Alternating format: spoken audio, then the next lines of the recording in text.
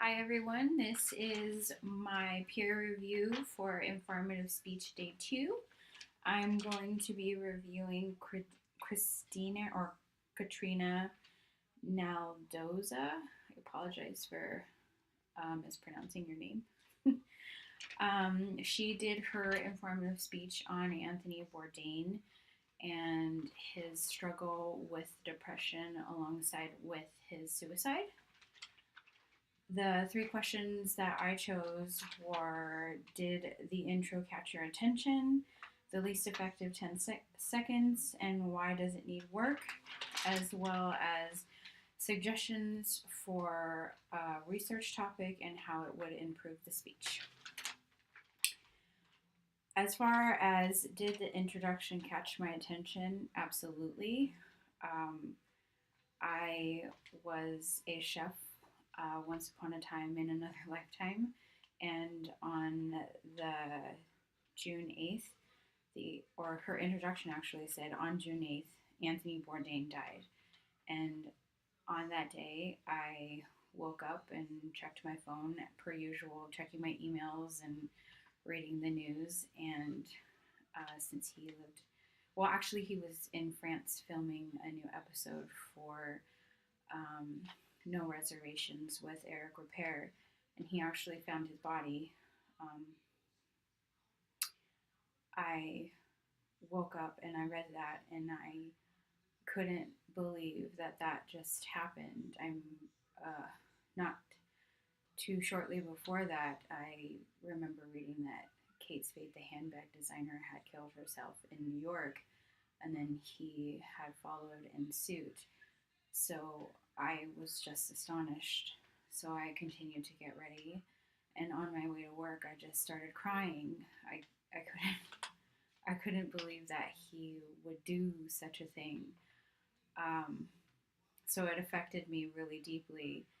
Um, as I said before, I used to be a chef, so I I'm in my second career now, and I'm trying to tie back my new career, which is psychology and treating alcoholism and depression and suicide as well, to try and help with this seeming epidemic that's going around within the industry.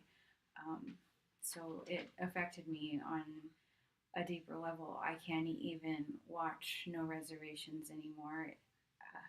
About a month ago, it was on at a restaurant, and I started to cry again. So it was a really upsetting day for me. The least effective 10 seconds, and why does it need work, and what would I do to correct it? Honestly, the whole speech was really good, so it was hard for me to really be nitpicky. But at 55 seconds to a minute and 5, when Katrina was discussing his story of his love of food and his first oyster, I would only suggest explaining why that was important instead of just very lightly touching on it, which is what she did. It didn't really serve a purpose unless you were going to explain the rest of that story.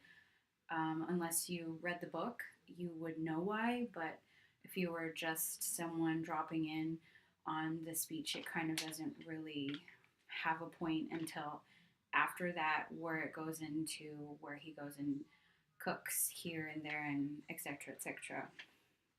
So that's why I think that it was the 10 seconds that doesn't really need to be there. So in my opinion, I would either omit the entire 10 seconds, or I would figure out a way to explain its purpose and why that was such a prolific or an important starting point for Anthony. Um, that would be my one suggestion for her. An additional suggestion for research for her and how it could improve the speech is to include his girlfriend at the time. She was one of the first to come forward with the hashtag Me Too movement, and I know that's kind of a controversial thing to discuss, but he was a really big supporter of her and he spoke about it quite a bit.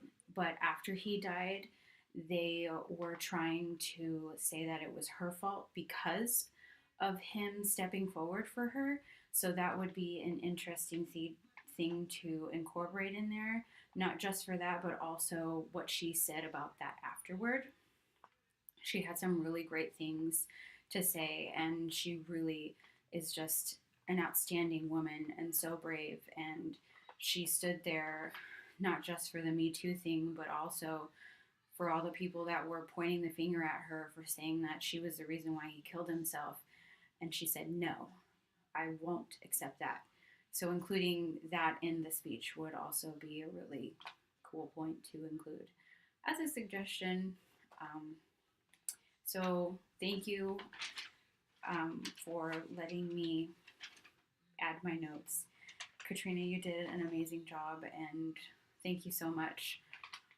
I had a hard time not crying, but thank you. So that's it.